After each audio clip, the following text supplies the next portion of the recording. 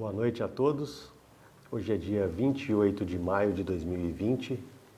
Meu nome é Gustavo Fernandes Ferreira, sou médico coordenador do Programa de Transplantes da Santa Casa de Juiz de Fora e atualmente vice-presidente da BTO. Estamos dando continuidade à nossa atividade de lives, iniciada em março desse ano, para que possamos oferecer a toda a comunidade transplantadora, pacientes e sociedade como um todo, maior transparência no momento que estamos vivendo com relação à Covid-19. É com imenso prazer que hoje eu convido o presidente da BTO, professor Huygens Garcia, a se apresentar nessa noite, nessa nossa live. Boa noite, Dr. Huygens. Seja bem-vindo à nossa live.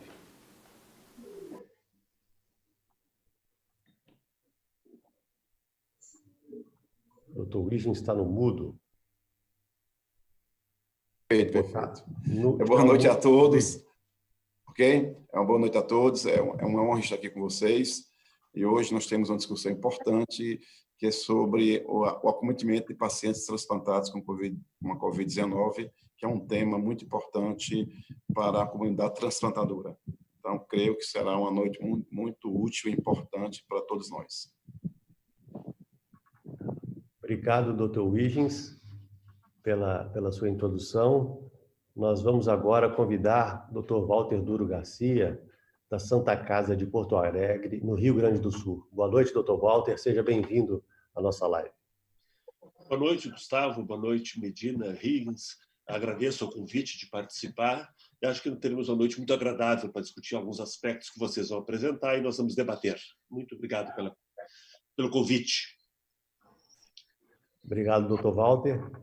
E contamos também hoje com a presença do Dr. José Osmar Medina Pestana, que será o apresentador da noite, apresentando os dados do Hospital do Rim. Boa noite, doutor Medina. Seja bem-vindo à nossa live. Boa noite. Daqui a pouquinho eu falo. Boa noite. Obrigado, doutor Medina. Bom, hoje nós já temos mais de 80 pessoas aqui na nossa sala da live do YouTube. É importante lembrar que hoje nós estamos com convidados internacionais de toda a América do Sul. Então, se nós pudéssemos falar um português um pouco mais lento e mais claro, para facilitar aos colegas sul-americanos que não falam a língua portuguesa, conseguir acompanhar o que nós iremos discutir hoje aqui à noite.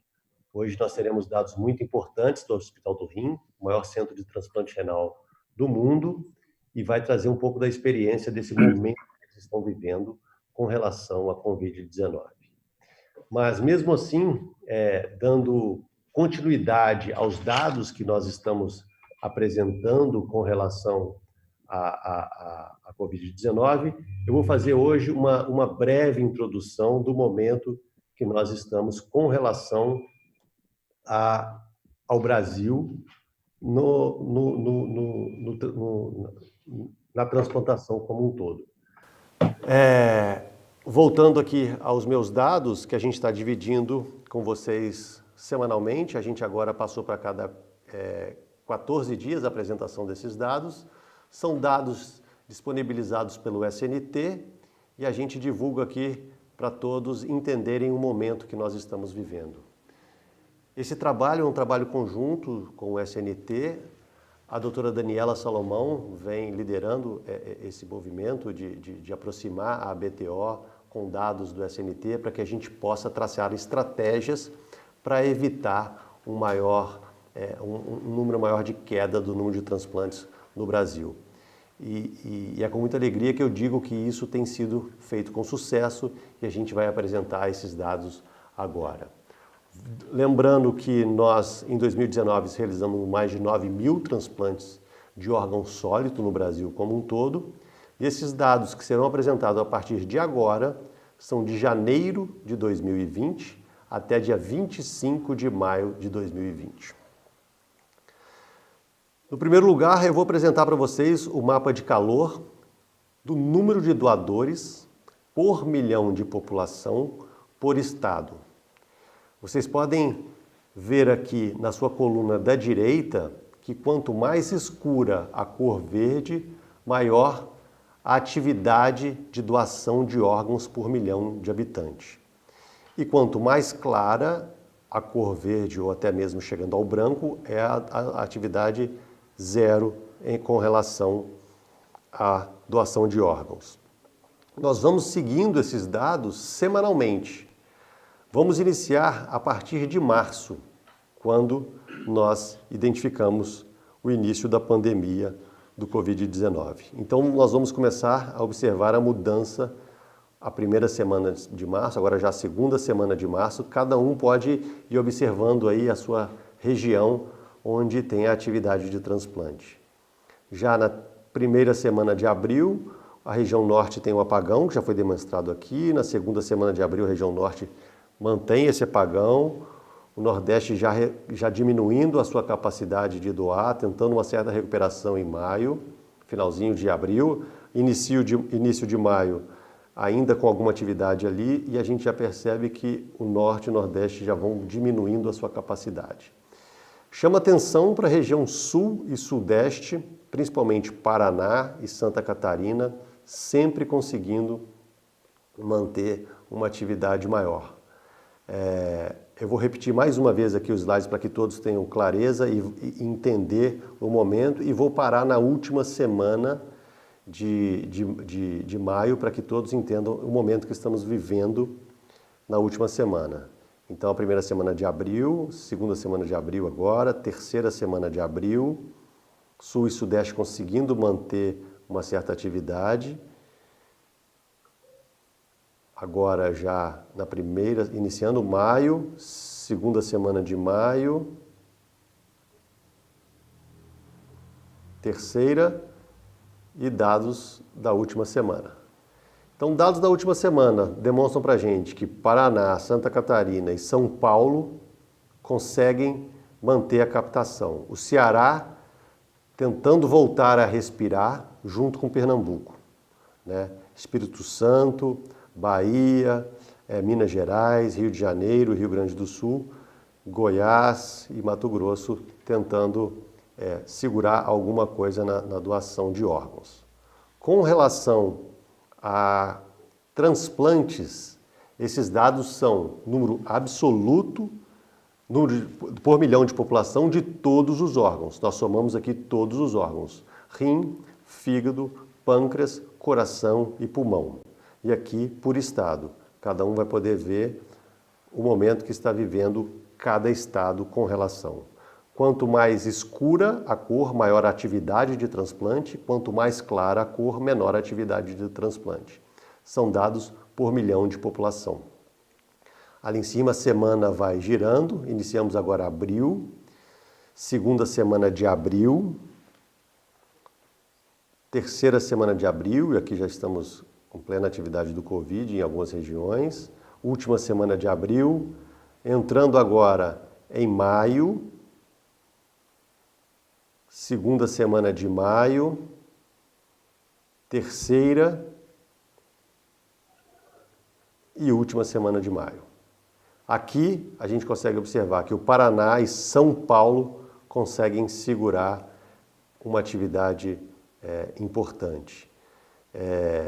O restante da região norte, infelizmente, teve um apagão real da transplantação. O Ceará consegue o fígado ainda pintar de alguma cor ali o Ceará. Infelizmente, o restante dos estados do Nordeste não conseguiram ter atividade na última semana. Espírito Santo também não. Minas Gerais, Rio de Janeiro com a pequena atividade. Santa Catarina e Rio Grande do Sul também. Goiás e Mato Grosso do Sul. Apenas agora são dados novos com relação à inscrição em lista. Esses são dados que o SNT mandou para a gente. Isso é muito interessante a gente discutir, porque aqui a gente consegue ver não só a transplantação efetivamente, mas como cada serviço de transplante está se comportando nesse momento de crise na atividade de pré-transplante. Estão conseguindo manter os pacientes serem inscritos em lista ou não? E aqui a gente vai tendo um mapa de calor. Quanto mais escura a cor do estado, maior a atividade, mantendo pacientes conseguindo ser inscritos em lista ou não. Isso aqui de todos os órgãos. E a gente já começa a observar que na região norte vai diminuindo a sua atividade, centro-oeste agora, nordeste apagando. E isso aqui é muito mais responsabilidade do centro transplantador em como lidar com o problema antes mesmo de transplantar o seu paciente. E aqui, a Bahia, nós vamos agora para a terceira semana de maio e agora a última semana de maio. Pronto. Última semana de maio nós temos Ceará, Pernambuco, Rio Grande do Norte e Bahia tentando manter alguma inscrição em lista. E aí você pega toda a região sul e sudeste, exceto o Espírito Santo, conseguindo manter pacientes ainda sendo inscritos em lista. Então esse é um outro dado muito importante para que a gente possa discutir com cada centro transplantador como cada um está fazendo neste momento de crise para avaliar os seus pacientes e dar a oportunidade deles entrarem em lista. Só para a gente finalizar a nossa apresentação, o número absoluto de queda de doação. E esse é um dado muito interessante, nós seguramos a nossa queda no Brasil. Então, desde sua queda absoluta lá em março, isso vem praticamente andando de lado. Nós temos uma queda de 22% desde o primeiro caso de Covid no Brasil e de 34% desde o primeiro óbito no número de doadores no Brasil como um todo. Bom, com relação aos transplantes de todos os órgãos, essa queda foi de 33% desde o primeiro caso e de 46% desde o primeiro óbito de Covid. Então, a gente vem conseguindo segurar essa queda no Brasil e esse dado é muito interessante. Esse é um trabalho que vem sendo feito por todos, em todas as regiões. Algumas regiões sofreram mais que as outras e isso traz para a gente uma segurança que cada um está sabendo lidar em cada região.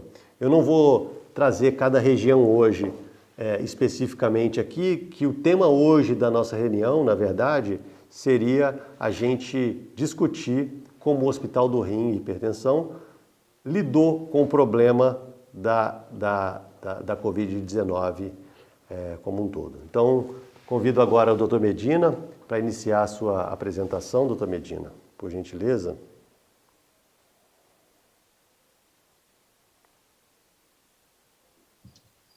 Obrigado, Gustavo. Pode apresentar o primeiro.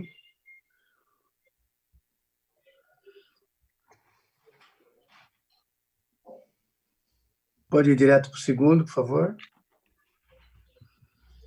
Então, eu vou apresentar o que nós fizemos no Hospital do Rim e na Fundação Oswaldo Ramos, e é muito daquilo que está sendo recomendado pela Associação Brasileira de Transplantes de Órgãos, cujo logo está junto com o Hospital do Rim. Então, na primeira live que nós fizemos, eu já falei da frase importante, que é não manter a alma do transplante, não deixar a alma do transplante morrer. O Gustavo já estava fazendo o registro e monitoramento semanal junto da BTO, junto com a SNT, e ele mostrou que tinha uma prevalência heterogênea do Covid na geografia do Brasil e também da influência do Covid no programa de transplante brasileiro desde aquela época. E desde a primeira live, nós discutimos um ponto importante, como existe essa disparidade geográfica, a cooperação entre as comunidades de transplantadores seria importante para manter os centros, alguns assim um pouco enferrujados, mas sem deixar nenhum centro travar. E como eu falo, nós trabalhamos assim, para manter esse programa de transplante, nós temos que trabalhar com uma obsessão muito grande pelo detalhe no cotidiano para reduzir o contágio. Para ter uma ideia, nós tivemos que mudar toda a logística do hospital. Então, eu vou citar só o exemplo de uma visita. Quando chega uma visita no hospital, a visita é checada se tem febre, se tem uma história de gripe ou de algum contato com alguma pessoa com Covid. Depois, quando ela entra no hospital, ela recebe uma máscara. Então, isso faz tempo que nós estamos fazendo assim. E quando ela faz a visita hoje é diária, fica 30 minutos. E é importante que a visita não fique do lado da cama, que não sente na cama. Então, nós colocamos a visita no pé da cama. Assim, nós garantimos que tem 1,5 metro de distância entre a via respiratória do paciente e da visita. Então, é um detalhe, como eu falei, são várias outras coisas que nós temos essa obtenção pelo detalhe para manter, para reduzir a possibilidade de contágio. Vê o seguinte, por favor. Então, a primeira medida que nós tomamos, que foi tomada junto com a BTO, é deixar o paciente ciente de que não é possível precisar acuradamente quais os riscos de adquirir esse vírus em um transplante comparado com o risco comunitário. Então, o paciente que vai submeter ao transplante nesse período, ele tem um aditivo no termo de consentimento. Seguinte. E aqui, para resumir, assim, é só um resumo daquilo que nós fizemos de janeiro até maio. Então, no primeiro mês, em janeiro, nós fizemos 60 transplantes com doador falecido, 76 transplantes no total. Em janeiro e fevereiro sempre tem mais transplante pediátrico, que é as férias. E aqui embaixo eu mostro a sobrevida de um mês dos transplantes feitos em janeiro, fevereiro, março, abril, maio não dá ainda, e mostrando que a sobrevida dos transplantes não modificou depois que nós começamos a trabalhar com o transplante no cenário do Covid. Então, nós tivemos agora em maio 61 transplantes, não tem a sobrevida de um mês ainda, mas nós perdemos 2 transplantes por complicação técnica. Então, essa é a sobrevida que nós tivemos, 95% de um mês, né? A sobrevida só de um mês para mostrar onde tem a maior influência do Covid, se tiver alguma influência logo no começo. Então, nós não teve alteração no nosso resultado em função do cenário do Covid.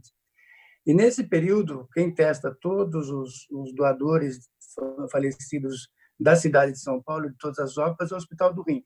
Nós testamos 115, tiveram 10 positivos, 12 positivos, que dá 10% do total, e nós não tivemos nenhum falso negativo, porque nós não tivemos nenhum paciente que recebeu o rim ou recebeu algum órgão e que ficou positivo imediatamente depois do transplante. Então, a não ser que isso não venha a acontecer, poderia ter algum paciente falso negativo, mas isso não aconteceu nesse modelo. Eu considero assim o PCR bastante sensível e é um pouco esperado que tenha algum falso negativo, falso positivo, ou algum falso negativo numa condição do paciente em terapia intensiva que impeça a doação do rim. Seguinte. E aqui é o que vem acontecendo no Hospital do Rim. Nós tenho quase 12 mil pacientes transplantados em acompanhamento ambulatorial. Nós já tivemos 143 Covid positivo e 34 óbitos. Do lado direito do slide, eu detalho isso melhor. Então, dos 143 pacientes, tem 22 que estão em terapia intensiva, 28 que estão em enfermaria, 25 que são acompanhados em casa, por telemonitoramento, eles não precisaram de internação, e desses daí, 34 pacientes que já curaram, ou que saíram da UTI, ou que saíram da enfermaria, ou que foi dado como cura em casa, e 34 pacientes que faleceram.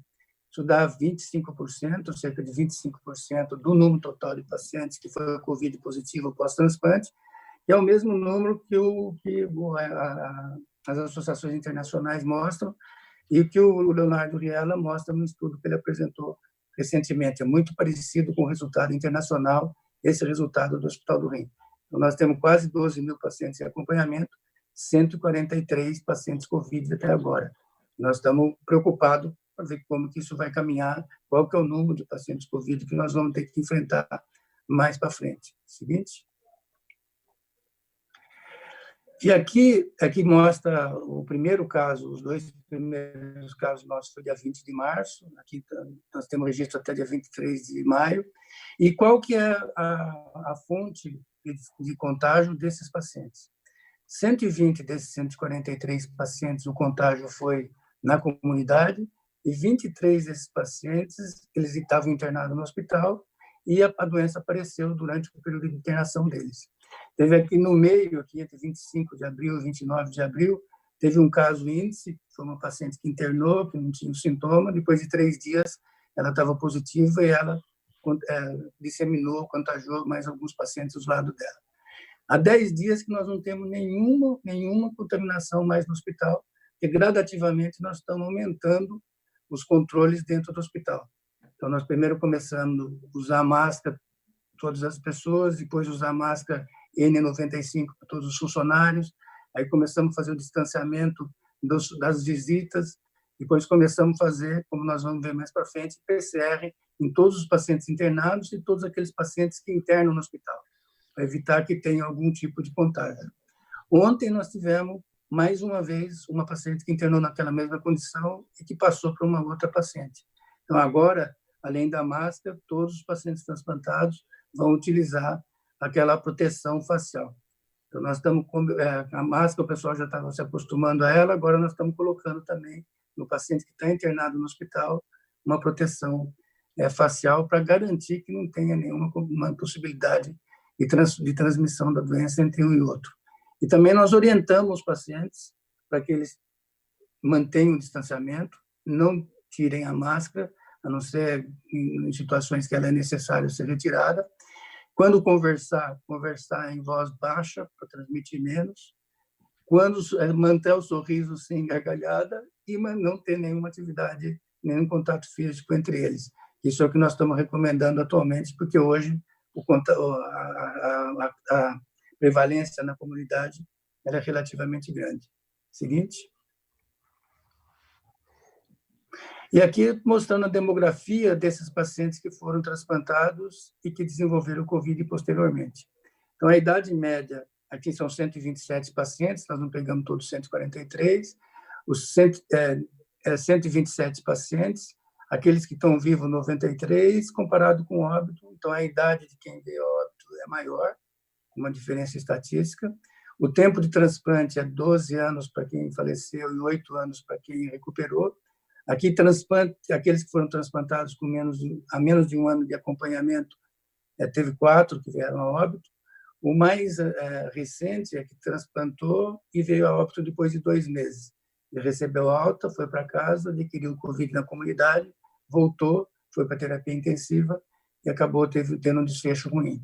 A comorbidade principal, como todos nós sabemos, é o diabetes e a cardiopatia, que tem uma diferença importante, não deu estatisticamente significante, mas deu uma diferença importante entre aqueles pacientes que faleceram comparado com aqueles pacientes que recuperaram da doença, ou que estão ainda em andamento. Seguinte. E esse é um caso que normalmente nós não esperamos que tenha, mas de 150 pacientes que nós transplantamos com o teste imediatamente antes do transplante, e nós colhemos o material, e o resultado pode chegar antes do transplante, ou algumas vezes, para não estender o tempo de isquemia fria, o transplante é feito antes do resultado. Então, o paciente de sexo masculino, de 34 anos, estava em hemodiálise por 2 anos, transplante com doador falecido, sem nenhuma história, com tomografia de tórax sem alteração, fez o transplante, começou com timoglobulina, taco, prednisona, micofenonato, que é a imunossupressão padrão nossa. Quando chegou o resultado no PCR colhido antes do transplante, ele era positivo. Ele teve uma febre no primeiro pós-operatório, depois ficou assintomático. No 4º pós-operatório, repetimos o teste positivo, com tomografia normal. Ele ficou em DGF até o 6º pós-operatório. No 17º pós-operatório, que é agora, ele tem uma creatinina de 4, em queda. O PCR dele, que foi repetido hoje, continua positivo, mas ele, teoricamente, está em condição de alta, é que a esposa dele vai ter o primeiro filho amanhã. Então, nós estamos com uma questão para não dar alta para ele, ele está discutindo com a gente que ele quer ir embora de qualquer jeito, mas eu não acho razoável. De qualquer forma, nós estamos aguardando o resultado sorológico para ver se ele tem condição de ir embora ou não, mas não é muito prudente ele ir para casa nessa situação. Então, esse caso, não significa que todo caso vai caminhar desse jeito, mas esse caso está caminhando muito bem. Seguinte. E qual que é a conduta em relação ao regime de imunossupressão nosso? Então, nós usamos o regime padrão, né? Tacrolimus, micofenolato ou azatioprina. Nós somos um grupo que ainda usa bastante azatioprina, combinado com prednisona. Quando o paciente tem o diagnóstico e fica em casa, não tem nenhum diagnóstico, nenhum agravamento do diagnóstico, nós mantemos a imunossupressão na dose completa como ele vinha tomando. Se ele precisa ficar na enfermaria, nós reduzimos a segunda droga. Nós reduzimos o micofenolato, a azatioprina ou até suspendemos. Quando ele vai para a UTI, aí suspende, permanece só com hidrocortisona e quando ele fica curado, ele retoma gradualmente a imunossupressão. Se ele estiver usando o outro esquema, tacrolimus e everolimus, aí o everolimus é que entra na mesma condição do micofenolato. Se o everolimus é a primeira droga combinada com o micofenolato, aí o micofenolato é que é retirado, reduzido na situação que ele esteja em alguma enfermaria. Então, esse é um padrão, um regime muito simples. Nós já utilizamos esse em 155 pacientes agora, e para mostrar o resultado de 143 pacientes. Seguinte. E aqui eu vou mostrar o resultado que nós temos entre os colaboradores. Então, nós temos 1.280 colaboradores, 752 são CLT, os demais trabalham não tempo integral no hospital. Nós tivemos 124 que foi positivo para COVID, 12 médicos, e nós testamos nesses funcionários, fizemos 352 testes. Todo funcionário que tem um sintoma, por mais leve que seja, que lembra a possibilidade de COVID, ele é testado. Desses 352, 124 foram positivos e só 5 pacientes foram internados, só 5 funcionários foram internados. Nenhum deles precisou de UTI, todos foram numa enfermaria, todos já receberam alta e 101 já retornaram ao trabalho, mas é um grupo no outro extremo dos transplantados, tem uma idade média de 38 anos, não tem 2 só que têm diabetes, metade deles tem sobrepeso e 15 deles têm obesidade. Então, tem pouco fator de risco e são funcionários que tiveram uma evolução muito boa, nenhum deles teve alguma complicação importante que impedisse eles voltarem para o trabalho. Então, já 101 deles já voltaram para o trabalho. Seguinte. E aqui mostra quando que foi acontecendo o primeiro paciente, o primeiro funcionário que nós tivemos foi no dia 8 de março, depois tivemos, a partir do dia 23 de março, há 2 meses atrás, um número que foi crescente, e agora, forçando um pouco a curva está decrescente. Agora, ontem nós tivemos 5 casos. Então, vocês veem, no último dia aí nós tivemos 5 casos. Estava decrescendo a curva, tinha voltado para o que era no comecinho, no final de março. Nós tivemos 5 casos ontem. Eu queria chamar a atenção para esses 5 casos. Os 5 casos têm uma fonte de transmissão doméstica, uma fonte de transmissão na casa, na residência, os 5 casos. Um deles trabalha na área assistencial e 4 trabalham na área de apoio. Então, nós estamos trabalhando bastante agora para que todos os funcionários e todos os pacientes tomem muito cuidado com a transmissão intradomiciliar. Então, hoje, o momento que você descuida, já que hoje todo mundo usa máscara na rua, todo mundo está usando distanciamento. No trabalho já existe uma série de regras que estão muito bem estabelecidas, independente de ser hospital ou não. A chance de você adquirir a doença numa condição de trabalho ou na rua é muito menor. Quando você chega em casa, aí tem um contato físico maior, não usa máscara, tem uma proximidade muito grande. E nessas circunstâncias, se tiver alguém que está pré-sintomático ou mesmo que está começando a ter sintomas, essa proximidade eu considero hoje que é a principal responsável se tiver uma progressão geométrica da doença de novo, já que na comunidade as pessoas estão já com muito mais cuidado do que na residência. Então, nós estamos recomendando, então, não só para os pacientes transplantados, mas também para os nossos funcionários, para os nossos colaboradores, que tomem muito cuidado na comunidade.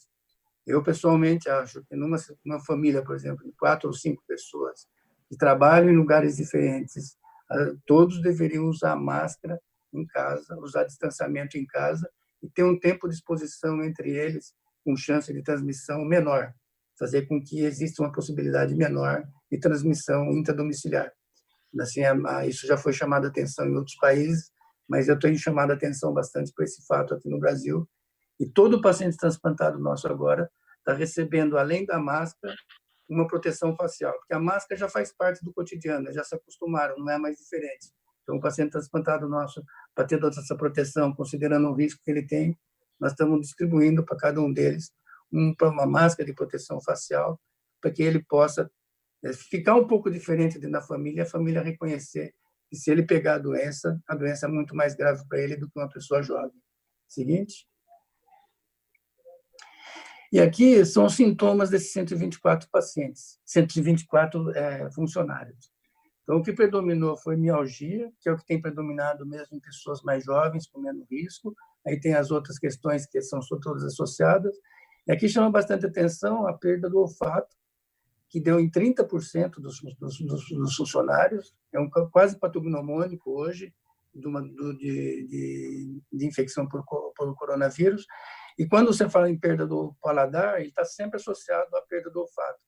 Até o que foi me dito é que você perde o paladar porque perdeu o olfato e dá 30%. As duas circunstâncias aconteceram, 29% a 30%. E teve 16% dos pacientes que apresentaram diarreia. Então, o quadro principal dos funcionários foi de mialgia. Seguinte. Então, quais foram as medidas que nós tomamos nesse processo todo, como eu falei, que nós chamamos a atenção para a obsessão pelo detalhe.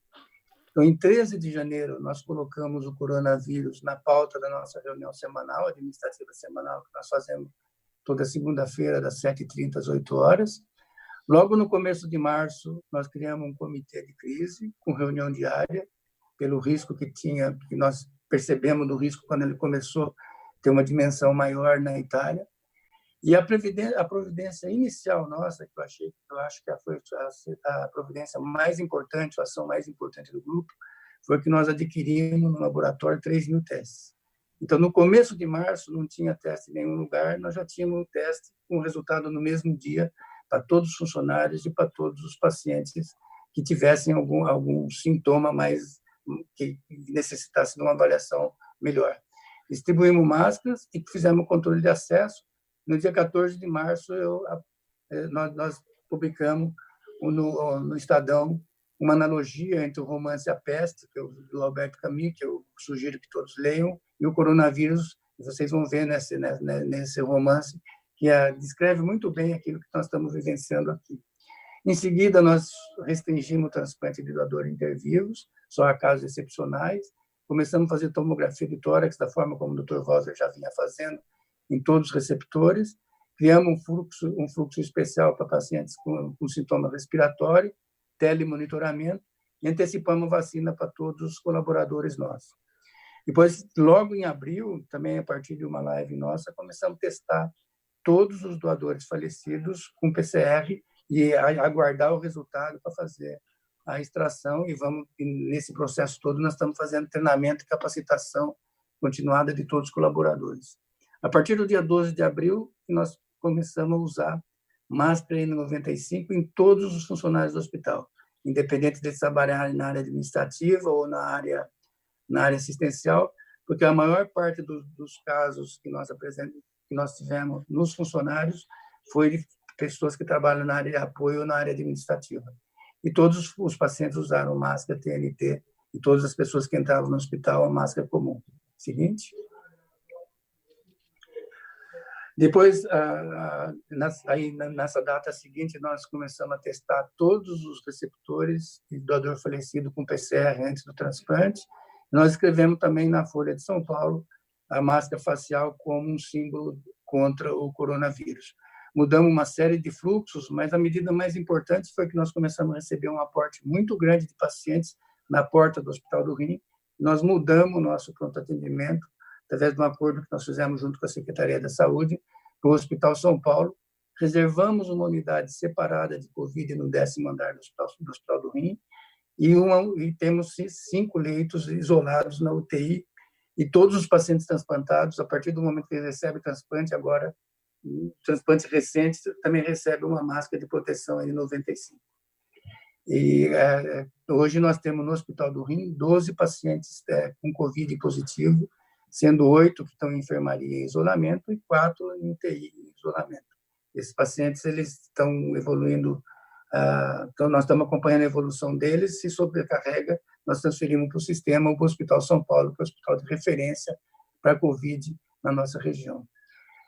Nós também, em seguida, fizemos PCR para todos os pacientes admitidos no hospital, aqueles que já estavam internados ou aqueles que são admitidos sem nenhum sintoma, nenhum deu positivo, mas nós estamos fazendo essa política. Todo mundo que interna tem um PCR e tem um resultado no mesmo dia ou no dia seguinte. E agora começamos a utilizar, como eu falei, de uma forma de exagero, mas como a doença é muito grave no paciente transplantado, todo paciente transplantado, além da máscara, nós estamos distribuindo esses protetores faciais, que hoje está muito fácil de conseguir, porque tem uma produção muito grande, e tem um grupo grande de pessoas que estão doando esses protetores. Estamos insistindo no cuidado intradomiciliar. Então, quais são as perspectivas, então?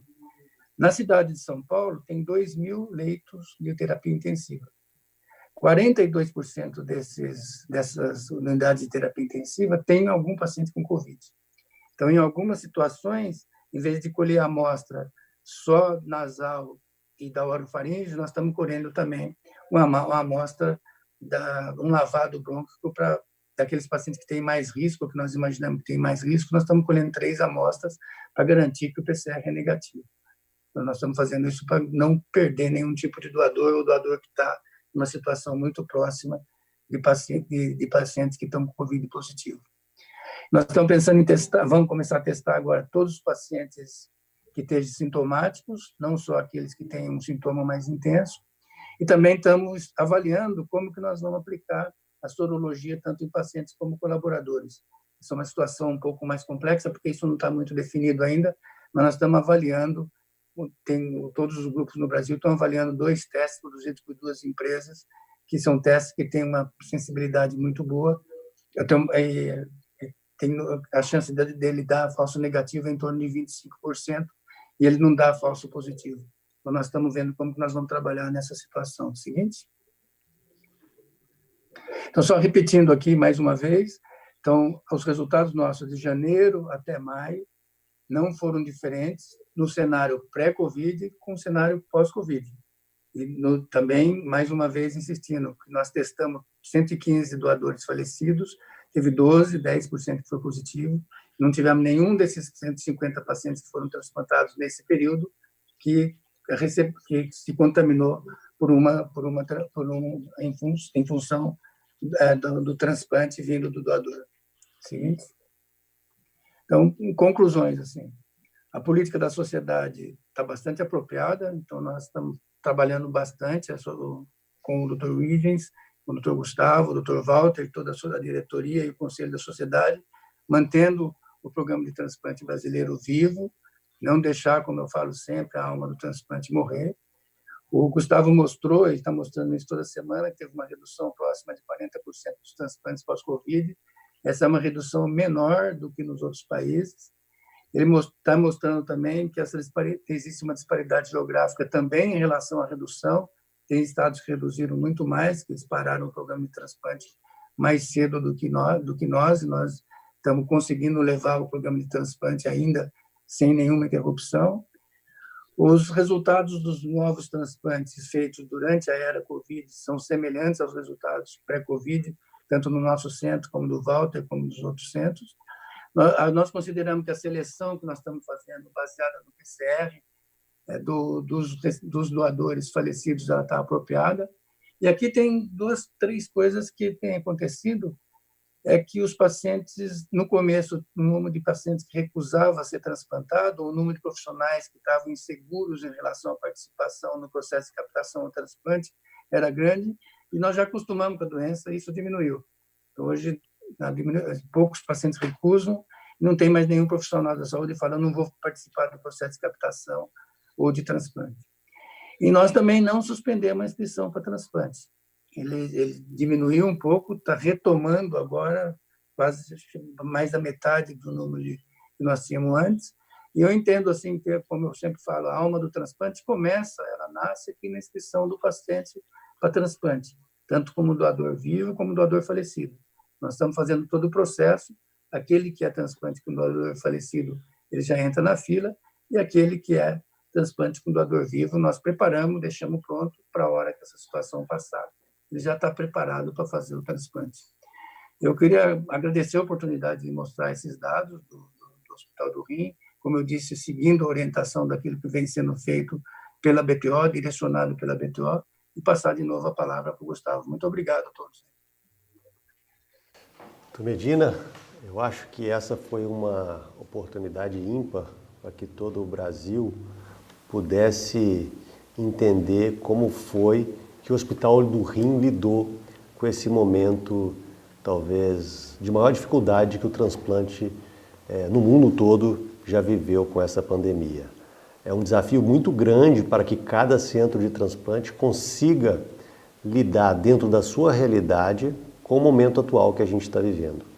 E você ter descrito hoje para a gente o que o Hospital do Rim, dentro de uma cidade onde o problema é real, onde um número de transplante muito elevado tem sido mantido, e vocês conseguiram traçar uma linha de sucesso dentro desse momento. Nós já estamos com quase 200 pessoas aqui na sala agora, é uma oportunidade muito boa que todos tiveram, várias perguntas, eu vou iniciar aqui agora os questionamentos, os colegas todos que estão nos assistindo agora, a gente vai ter essa oportunidade de discutir com o Hospital do Rim como ele lidou com essa pandemia. Como eu já tenho demonstrado aqui semanalmente, cada região teve um impacto diferente, tanto na incidência da doença como se preparar para o problema.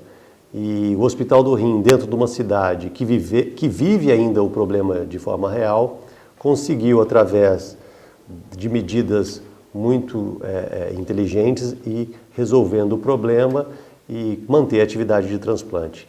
Seguramente, a atividade do Hospital do Rim, por realizar quase 20% dos transplantes renais do Brasil como um todo, foi um marco muito importante para segurar essa nossa queda que nós tivemos de menos de 40% do número de transplantes no Brasil como um todo. Então eu vou dar seguimento aqui. Medina, a gente já tem várias perguntas aqui, estamos com quase 200 pessoas na nossa sala.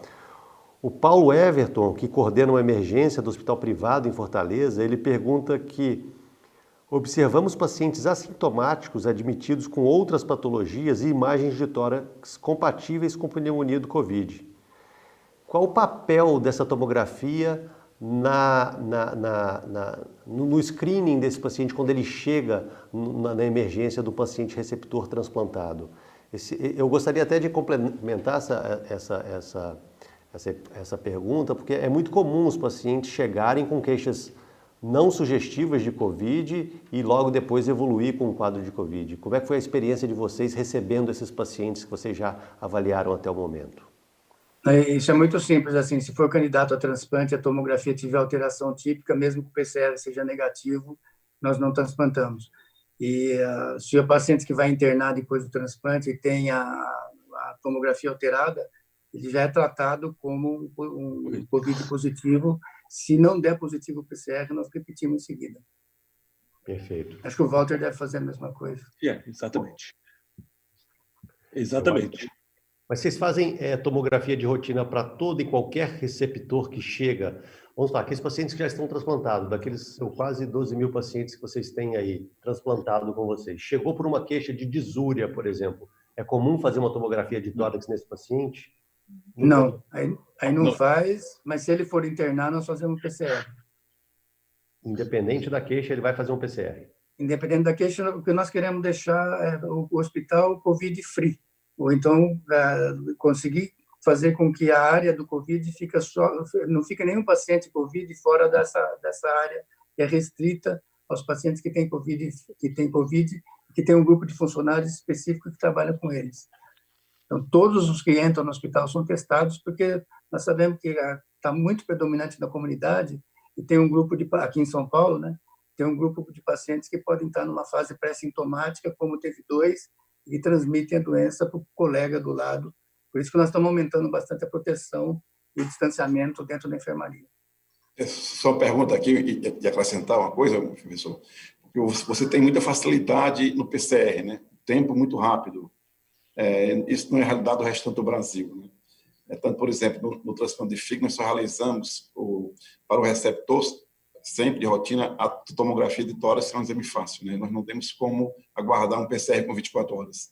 Eu discutindo agora com um colega da França, eles estão fazendo em todos os receptores do fígado, mas o resultado do PCR sai em 90 minutos. Como é que está essa possibilidade de abreviar o resultado do PCR no seu serviço? Eu não conheço assim detalhe do método, mas eu converso bastante com o Dr. Celso Granato, Eu não sei qual é o método que eles usam, mas eu vou me informar. 1h30 eu não vi nenhum centro no Brasil fazendo ainda. Existe um teste que está sendo oferecido comercialmente com 90 minutos, 60, 90 minutos. Parece que mas até a gente pediu para ver detalhes, porque parece que faz um de cada vez, não é? Tu faz um grupo, então ele encareceria muito. E seria o ideal para o transplante e para o doador desses casos, para o receptor e para o doador. Mas já tem sendo comercializado no Brasil. Eu pedi para ver o preço, até pena que eu não me lembrei de hoje de ver se já tinham conseguido. Perfeito. Eu vou dar seguimento às perguntas aqui. Nós estamos com várias perguntas. Doutor Medina, a Ana Wanda Marinho quer saber, aqueles pacientes que vão para a UTI, e se são suspensos tanto o inibidor de calcineurina quanto o MMF ou a azatioprina, eles ficam só com corticoide? Só com corticoide. Só com corticoide até ele sair da UTI. Quando ele recupera, nós voltamos gradativamente à imunossupressão. Até isso a gente segue a orientação do Dr. Hélio Tedesco, que é a pessoa que mais entende disso. Tá certo. O risco de perder o enxerto é menos grave do que morrer. E é o que se faz quando tem uma sepsis grave, às vezes. A gente suspende por 3, 4, 5 dias, uma semana, e volta a medicação se ele não morrer. Tá certo? Não tem outro jeito. A discussão toda é se vai usar aqueles anticorpos monoclonais, se tem uma inflamação, alguma coisa, mas aí já avança muito. Medina, a Janine Schirmer gostaria de saber, não sei se você teria esse dado aí agora, quantos profissionais de enfermagem testaram positivo no seu serviço? Eu não tenho o número assim na mão aqui, mas eu posso informar para ela amanhã. Perfeito. Dando seguimento aqui, a Kellen queria saber se ela perdeu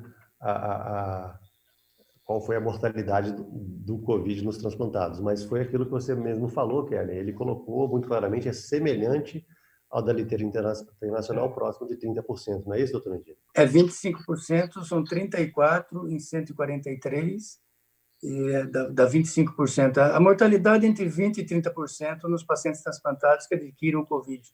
Essa é uma mortalidade alta. Eu falei, nós temos dois extremos aí que eu fiz questão de mostrar. Uma que é o transplantado, que tem todas as comorbidades e a evolução dele é esperado que seja ruim, e outra, aqueles pacientes, aqueles funcionários que são funcionários são muito selecionados, com idade de 38 anos, média de 38 anos, sem nenhuma comorbidade, e que nenhum deles foi por terapia intensiva. Então, são dois extremos, e entre um extremo e outro, a doença varia, a gravidade dela de acordo com a comorbidade de cada paciente, de cada pessoa. Muito bom. A gente está com vários colegas da BTO aqui na sala, o Dr. João Egídio, a Eliana está aqui, o André Ibrahim dali está com a gente também, todos parabenizando a apresentação, dizendo que foi de grande valia esse momento, e o Reginaldo perguntou se vocês notaram um aumento do tempo de isquemia fria nesse momento de Covid nos transplantes de vocês. Teve diferença da área do momento pré-Covid, era pré-Covid, da era Covid, no tempo de isquemia fria? Eu não medi, mas nitidamente tem eu vou até levantar esse número certinho, porque nós estamos recebendo pacientes de outros lugares também. O doutor Gustavo de Botucatu, que é um batalhador, mantém um programa em Botucatu muito efetivo. Ele está tendo algumas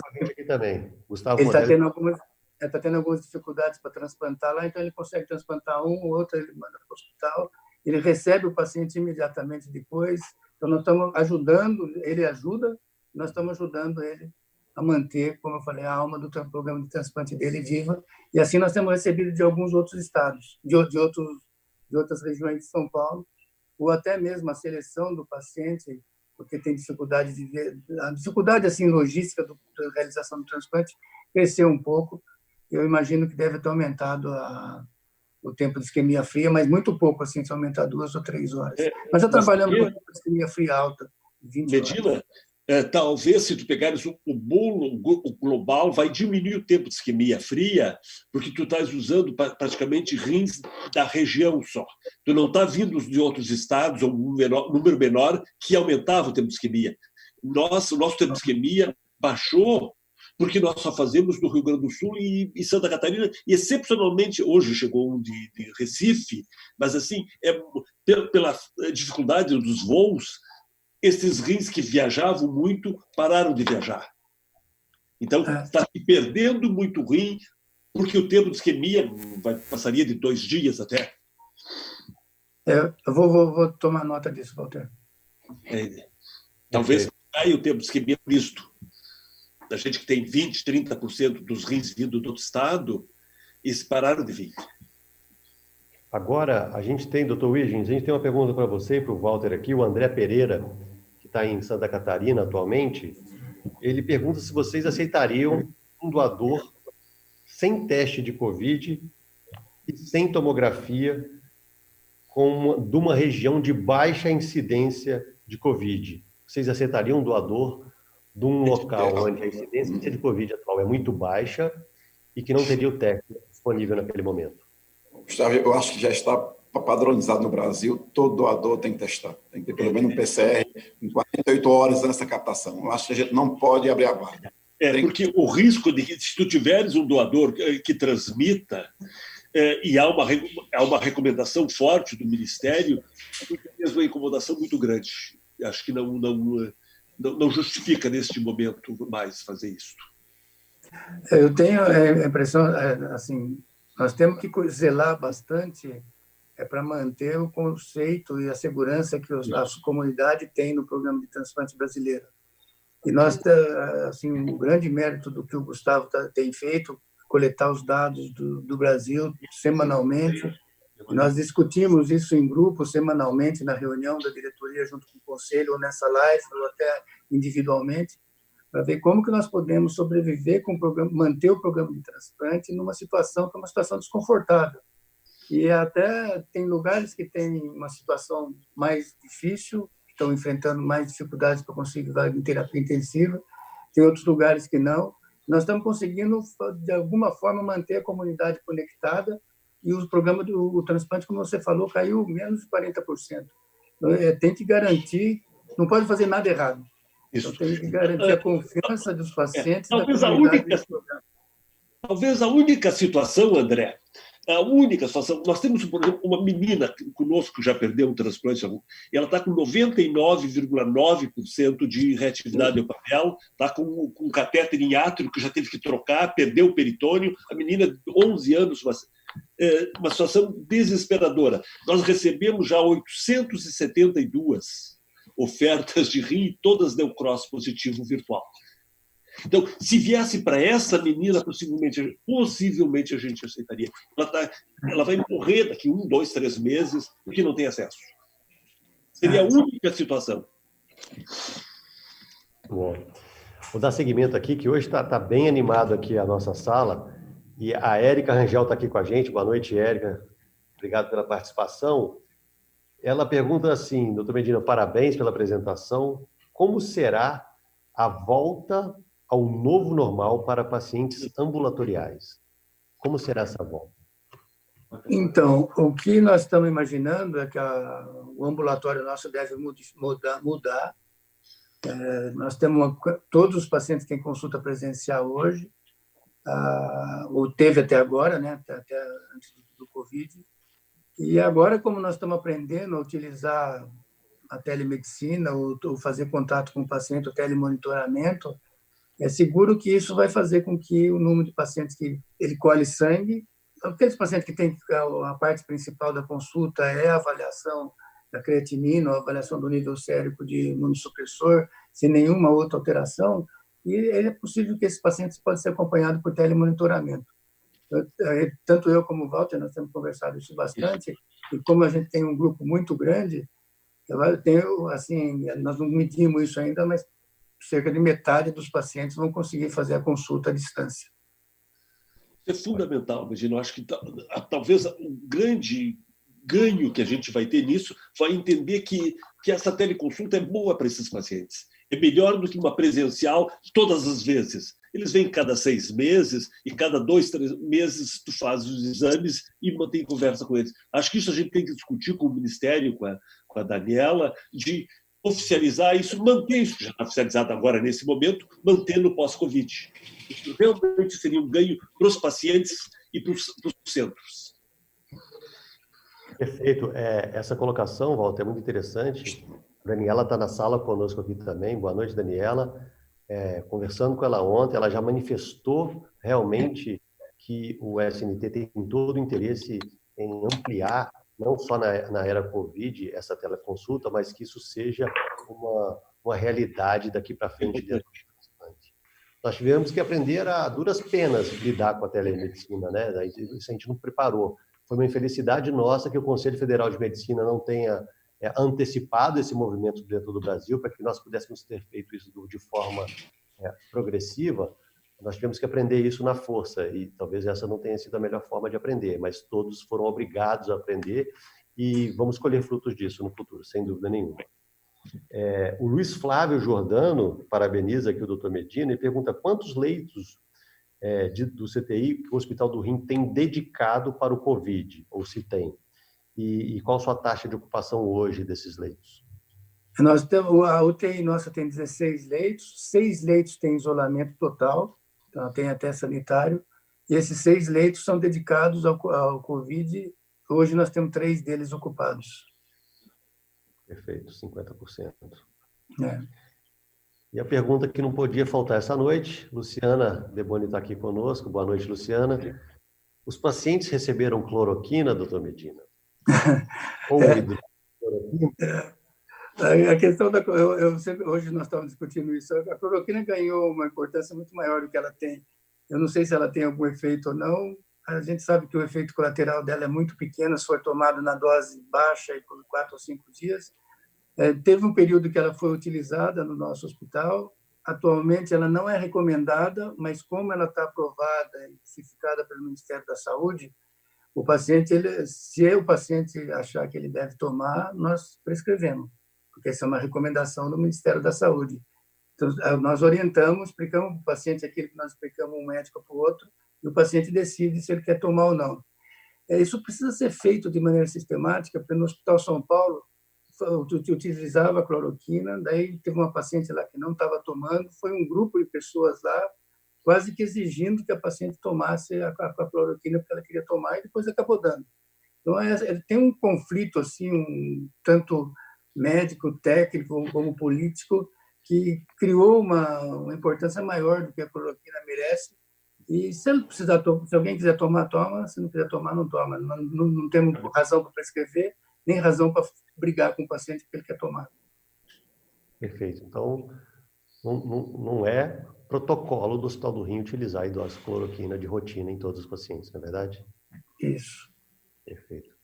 O Juliano Mundim, lá do Pará, está aqui parabenizando a todos. É uma região que foi bastante impactada e isso vem trazendo transparência para o que está acontecendo no Brasil todo, para que todos saibam como lidar. E a gente teve o exemplo hoje do Hospital do Rim. O Marcos Lasmar, lá de Belo Horizonte, está aqui na sala também. Boa noite, Marcos. Ele parabeniza o doutor Medina.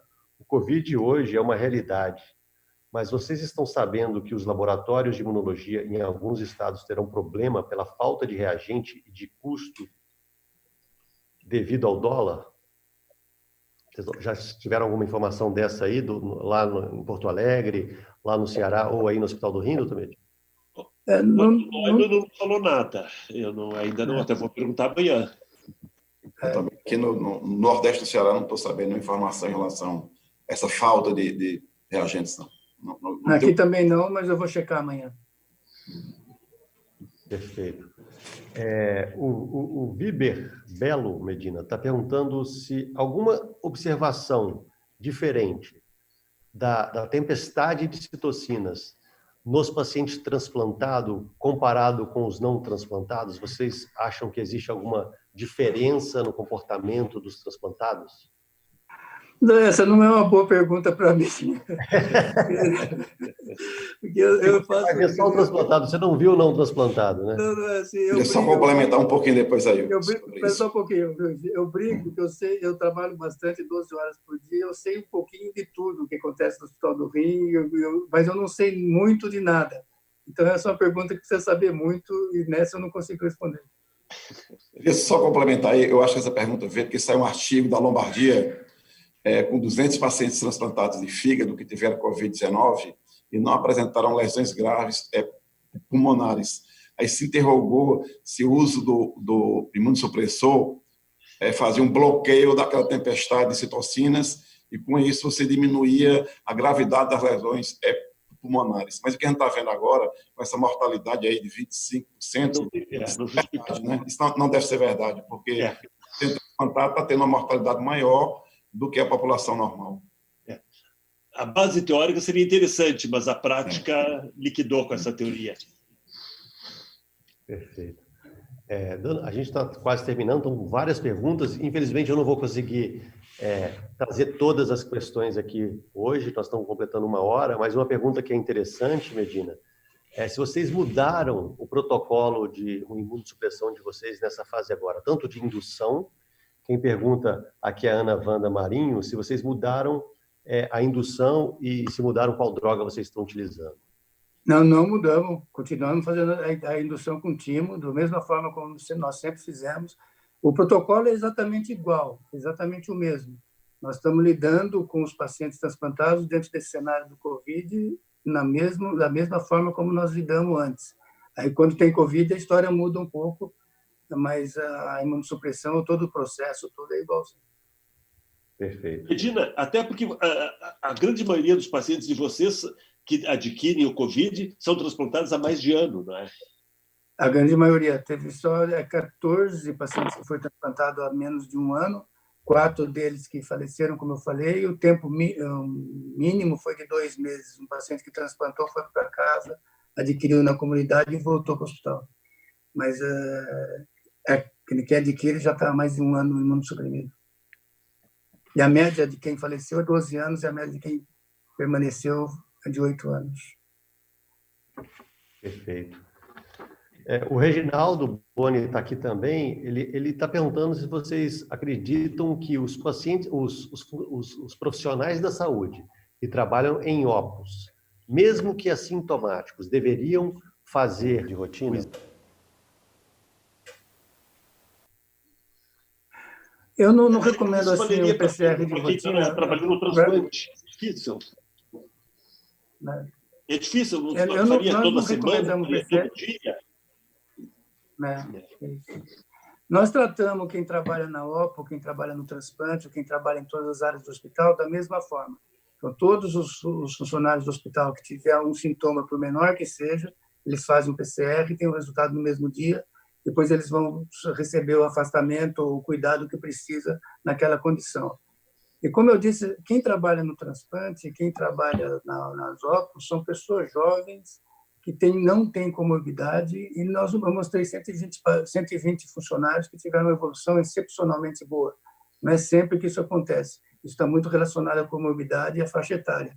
Mas eu trabalho assim 12 horas por dia lá, com a proteção devida. Eu tenho algum risco mas eu não fiz PCR nenhuma vez ainda. Não precisei fazer e não acho que seja razoável fazer se eu não tiver nenhum sintoma. Eu vou estar gastando muito PCR e tem muitas áreas no Brasil que precisam desses testes. Isso é importante, respondendo ao Reginaldo, o Medina tem razão, o PCR tu fazes quando tem sintomas. Mais adiante tu vais fazer, e o Medina falou isso, a gente tem que aprimorar, para quem está sintomático e passou por esta crise, ver se já não tem IgG e está imunizado. Mas isso é mais adiante. Nesse momento, tu só faz PCR em quem tem sintoma. Isso vale para qual? A não ser os nossos casos que vão para transplante, o receptor e o doador, porque é uma situação especial. Essa mesma pergunta você poderia perguntar à equipe que está operando o paciente, né? A equipe de cirurgiões. Também nós não temos resposta. No nosso grupo também nós não fazemos, né? Mas já tem serviço que recomenda que os cirurgiões transplantadores sejam testados antes de cada transplante. Mas não é a nossa realidade. Não, isso aí não tem sentido. Eu acho que quem está, o transplantador, o risco dele é menor do que quem está no pronto atendimento. Quem está no pronto atendimento tem contato com um número muito maior de pacientes, quem está na enfermaria tem contato com um número muito maior de pacientes e está muito menos protegido do que o cirurgião no ato operatório. Se precisar fazer para o cirurgião, precisa fazer para todo mundo. Tem sentido. Pessoal, nós estamos ultrapassando aqui o nosso horário. Hoje foi um dia muito proveitoso, foi um dia que a gente teve a oportunidade de ouvir de um grande centro, o maior centro de transplante renal do mundo, a sua experiência dentro da pandemia numa cidade onde foi realmente impactada pela Covid. Eu gostaria de agradecer aqui todos que participaram conosco hoje aqui à noite. Dr. Huygens, muito obrigado por estar conosco aqui, liderando a BTO nessa fase tão difícil que nós estamos e fazendo com que a BTO tenha o seu papel relevante dentro da sociedade e mantendo a sua atividade transplantadora. Dr. Medina e Dr. Walter, pela sua experiência, que vem aqui semanalmente, disponibilizando o tempo de vocês para que a gente possa ouvir o que possa ser de melhor oferecido para os nossos pacientes. E a todos os colegas que estão aqui na sala. Gustavo, eu queria só... Claro. Gustavo, eu queria só colocar à disposição o time todo do Hospital do Rim para ajudar algum centro que tiver com alguma dificuldade, especialmente assim a Laila, que trabalha no cotidiano o dia todo, a enfermeira Valéria, a Marina, o Juan, a Lúcia, o Hélio Tedesco, não dá para mencionar todos, mas é um grupo muito forte, que está dando um sangue enorme. Não tem nenhum funcionário do hospital que falou que não vou trabalhar ou que está com medo de alguma coisa, e estão brigando para manter não só o programa de transplante, também como o Hospital do Rim, tocando o programa de transplante da forma como ele toca. Então, seria injusto eu encerrar sem mencionar que esse trabalho que eu apresentei, porque, como eu falei, eu sei um pouquinho de cada coisa, mas quem sabe muito são eles, então pode perguntar alguma coisa para eles que eles vão ter resposta. Perfeito. Obrigado, doutor Medina, por abrir aí os números de forma tão transparente para toda a comunidade transplantadora. Doutor Walter, obrigado pela sua participação mais uma vez conosco, trazendo aí anos de experiência dentro do transplante. E agradeço a todos os participantes essa noite. Nós vamos manter a atividade das lives a cada 14 dias, no mesmo horário. Obrigado a todos e boa noite.